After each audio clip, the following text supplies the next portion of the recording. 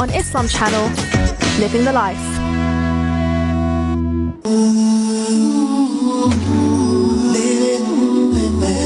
Living the life.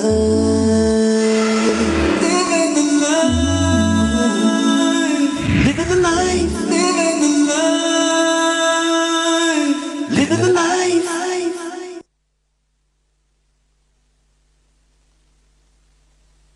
Assalamu alaikum and welcome to Living the Life this evening with Asif Malik. Yes, and Atif Nawaz. Welcome to tonight's show.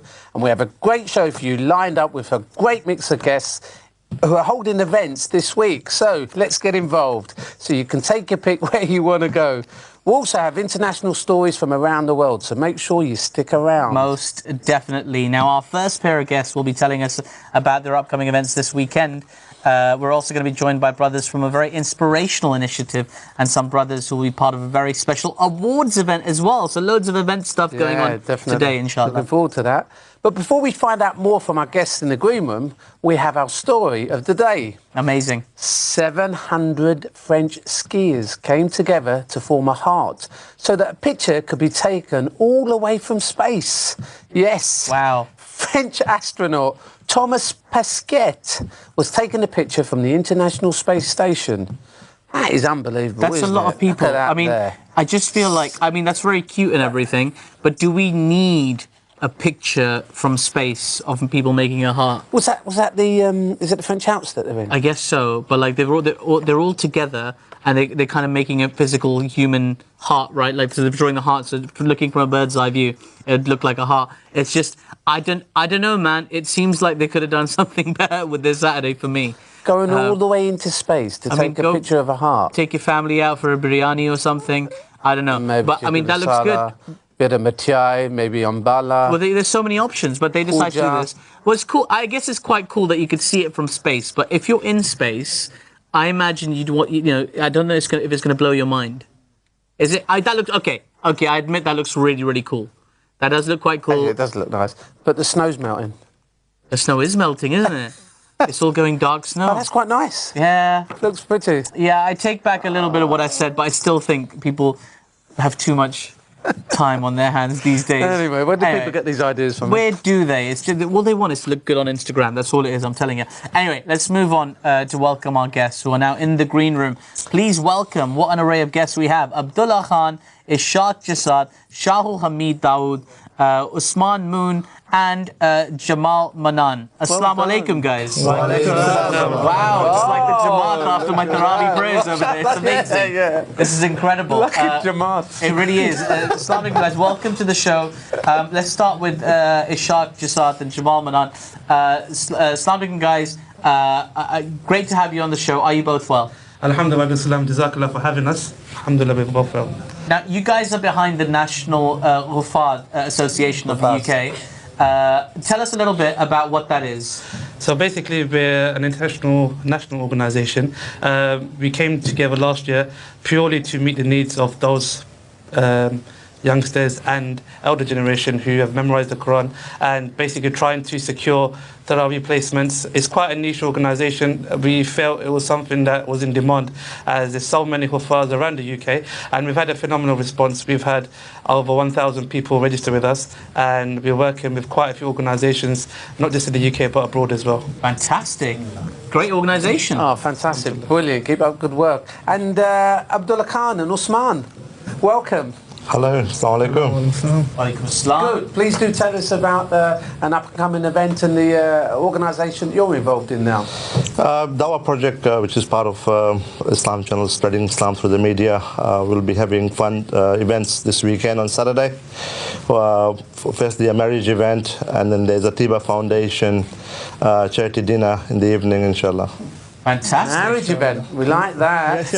Tune in. That's good. I'm sure there's a lot of people, a lot of brothers in the community who are looking to get married, and sisters, of course. They can get themselves that. We'll find out more about that as well. And of course, we have Shahul with us as well. Shahul, you are part of a very interesting, very dynamic awards ceremony. Give us a little indication what that's about. Assalamu alaikum, brothers. Wa alaikum salam. Thank you so much for giving us the opportunity. We come all the way from Malaysia. MashaAllah. Welcome. Well, the awards is one of the very interesting program which has been happening for the past 6 years in Dubai. and this is the first year we have brought this to London. We have close to 250 of our guests coming from 10 countries.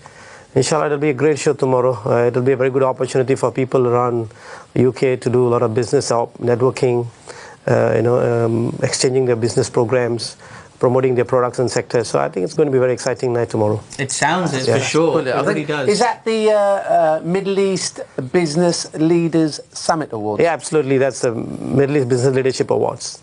Fantastic. Well, listen, we're going to find out more about that. We're going to find out more about the Tiba Foundation and the Dawah Project event, and we're going to find out more about the National Hufayza. There's so much to talk about, guys. Can't wait to have you on the main sofa very shortly. But before we welcome our first guest to the main sofa, we're off for a story in Mongolia. Mongolia! Now, herders could face losing their livestock due to bad weather conditions currently gripping the country. An international emergency appeal has been launched to help. Let's take a look.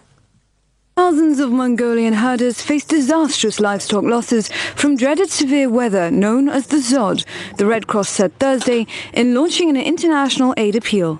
Landlocked Mongolia is grappling for the second straight year with losses from Zod conditions, a dry summer followed by bitter winter cold that leaves livestock and other animals at risk of starvation and exposure on the country's rugged steppes.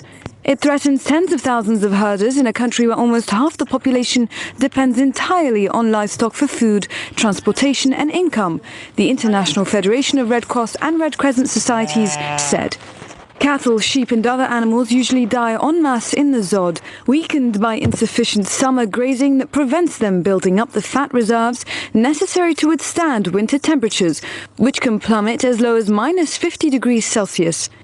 As of early February, more than 42,546 livestock animals had already perished in the current Zod, the statement said, citing official Mongolian figures. So far, animal loss is not that high, but still we don't know what will come during the spring, because all worst impacts are very clear during the March, April and May, and then still there are a lot of the troubles and the challenges to get over. It added that more than 157,000 people are at risk across 17 of Mongolia's 21 provinces. The relief organization hopes to raise enough to assist 11,000 of the hardest hit households, including provision of cash grants, first aid kits and funds to help communities prepare for future Zods. The Zod strikes the country every few years. Thousands of Mongolian households lead a nomadic existence as herders amid Mongolia's vast plains and mountains, and recurring Zod conditions are blamed for forcing many into a marginalized urban sector in Ulaanbaatar. It's very sad. Amazing, isn't it really is. Well, inshallah, things will get easy. May Allah make it easier for those guys in Mongolia. Absolutely. So anyway, yes, definitely. Now, please welcome our special guests that have just come into our room. That's right. So welcome. Our first guests in the show are from the Tiba Foundation and the Dawah Project, two fantastic charities making a difference in the Muslim community. They have two up-and-coming events this weekend, and will be bringing the community together and will strengthen the bonds and understanding between people. That's right. Now, here to tell us more, please welcome Abdullah Khan and Usman Moon. Assalamu alaikum, guys. Wa alaikum assalam. Welcome to the show. Once again, it's lovely to have you guys, and thank you for making an effort and dressing up. Hey, that's always appreciated, It's always nice when somebody comes to see you. It's always nice to look at the studio from the outside, but we are here today. We're going to try and compete with you guys. So. Well, there's no competition, brother. MashaAllah, you are winning all the awards today. Listen, we talked a little bit about this recently, but let's catch up on it a little bit. Tiba Foundation, what is it all about? Tiba Foundation was a charity that was established by the trustees of Islam Channel some time ago. Mostly the focus is education. Once we got into education, we found out there's loads of children who are physically handicapped, blind, disabled, which are the neglected children. I call them the special children of our society.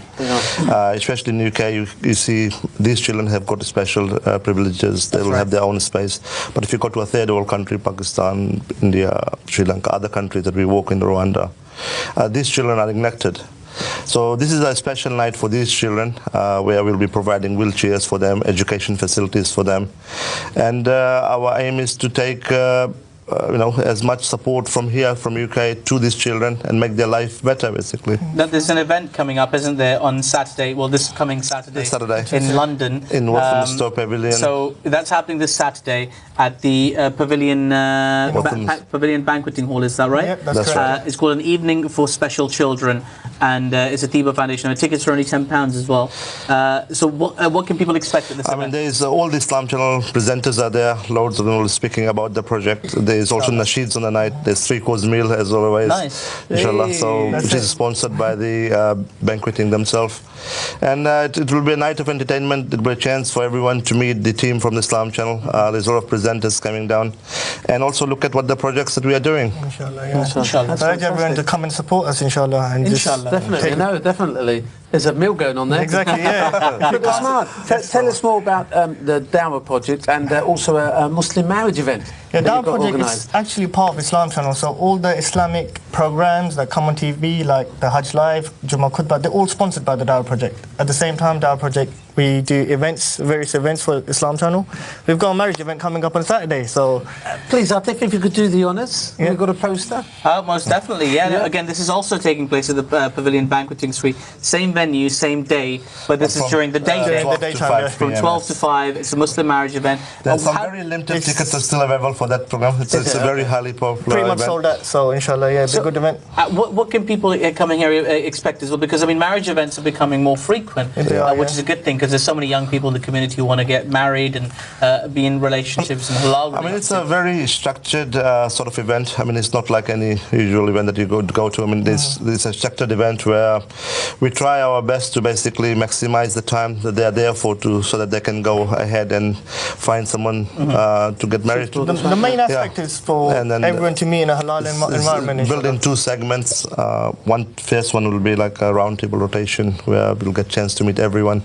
And then the second element will be the one-to-ones. If there's anyone of interest, then the Mahram and the families can meet, hopefully, inshallah. But the Mahram is obviously there as well. Yes, we highly encourage that. Of course, not just making sure everybody knows it's a completely halal environment, because I'm sure people will have questions. And one of the questions will no doubt be, how do people find out more if they want more information, and buy tickets? How do they do it? It's all on the Dawah Project social media, dawahproject.com, and also the Eventbrite. That we have got a page in there for the event this Saturday. I think there's a very, very limited tickets available. I think after your show tonight should get sold out, inshallah. Inshallah. 75% there already, isn't it? So, inshallah, we'll hope to see you all there on Saturday. Fantastic. 2 wonderful events back to back. It's going to be a really good event, inshallah. I mean, the marriage event. I mean, there's a need in the society to for people to meet in a halal environment. So that's why Islam Channel Dawah Project, we're doing this event, inshallah, yeah. Fantastic. Well, there's certainly great value there. It really is. And I think people are really going to benefit from this. It'll be a wonderful day. If you're there in the evening, you can meet several Islam Channel presenters as well. Loads of our colleagues will be there as well, inshallah. Guys, thank you so much for joining us. Thank you for having us. Inshallah, the event will be a great success. And absolutely, as he says, keep up the good work, inshallah. Thank you. Well done. We're off for a break now, but before we go, we have another story. A Swiss ski instructor are also looking to strengthen bonds between themselves and fellow skiers in Iran. Wow. Let's take a look. As a fierce blizzard sweeps mountains outside Tehran, a team of elite Swiss ski instructors refuses to allow the deep freeze to stand in the way of warming ties with Iran. Vincent Pillay and 2 other instructors were on a 2-week mission, scouting for the best skiers in Iran to receive Swiss-style training and start up a new generation of instructors. Iran is not an obvious destination for ski aficionados.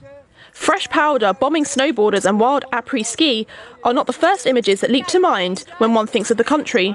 But the Alborz Mountains above Tehran are home to a clutch of excellent pistes, even if some of the pre-revolution facilities look somewhat dated.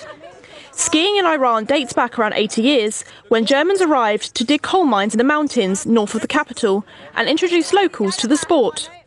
Resorts popped up and attracted international investors. At one point in the 1970s, a French-made cable car from northern Tehran was the longest in the world.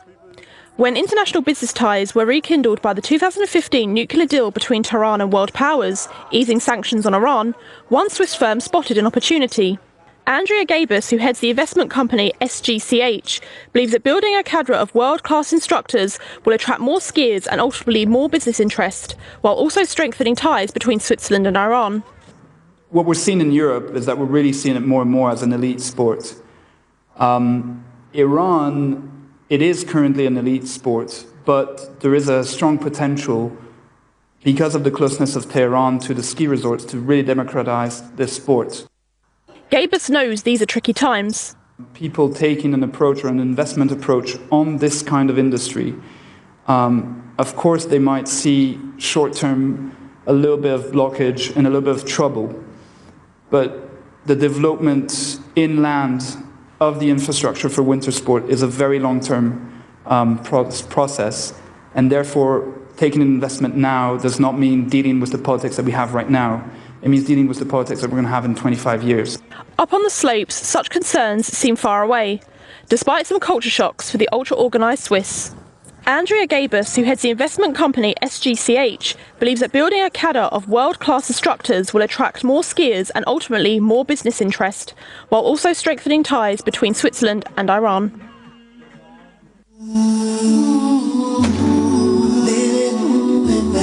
Coming up after the break, Fat Thursday is celebrated by people every year as part of a tradition. People indulge in fried donuts, also known as pakski. Bakers in the country work overtime to cater to the lines of people waiting for their sugary treat. In Japan, a good number of retired elderly people are returning to the workforce. 7 million people from the older generation are working to earn money again and to help pay for their future care. Don't go anywhere. Living the life.